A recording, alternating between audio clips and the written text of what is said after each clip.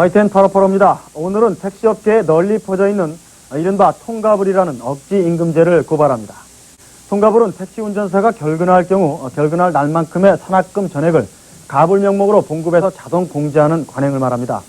이 때문에 월급을 전혀 받지 못하는 것은 물론이고 도리어 일정액을 회사에 갖다 내는 택시 운전사들도 속출하고 있습니다. 이교진 기자가 취재했습니다.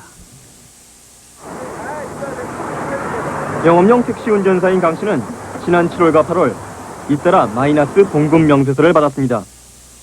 월급은커녕 7월엔 5만 원을, 8월엔 7만 원에 가까운 돈을 회사에 물어야 했습니다.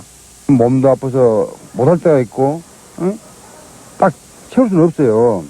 그런데 그래서 거기서 한 달 내 일을 하고 20일이나 23일 일을 하고 며칠 빠져버리면은 봉급이 전체가 없어진단 말이에요. 강 씨의 기본급은 한 달 26일 근무 기준으로 30여만 원. 승무수당까지 합쳐야 회사에서 받는 돈은 40만 원을 밑돕니다. 그러나 결근할 때마다 한 달 수당을 다 못 받을 뿐만 아니라 기본급에서도 하루 산학금 5만 2천 원 등이 공제되는 이른바 통가불이 적용됩니다. 이렇게 되면 한 달에 5일 넘게 결근할 경우 월급이 한 푼도 남지 않는 깡통 봉급 명세서를 받게 되는 것입니다. 그러나 운전사들은 이 같은 불이익을 당해도 혼자 소가리하기 일쑤입니다.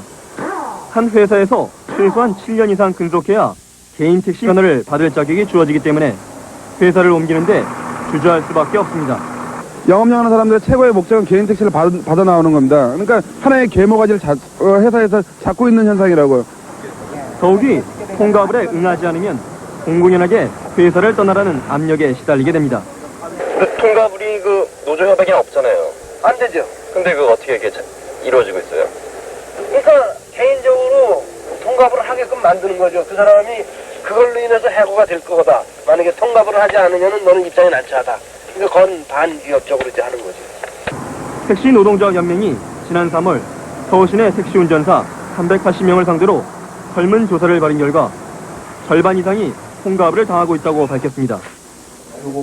그러나 통가불은 엄연히 불법이라는 것이 전문가들의 지적입니다.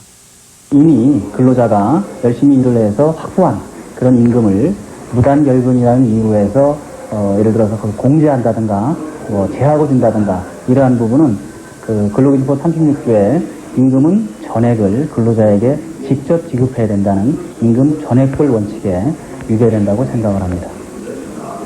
통가불 위협에 시달리는 운전사들은 몸이 아파도 쉬지 못하고 결국 무리한 운행을 해서라도 돈을 채우려 하기 때문에 서비스의 질은 낮아질 수밖에 없습니다.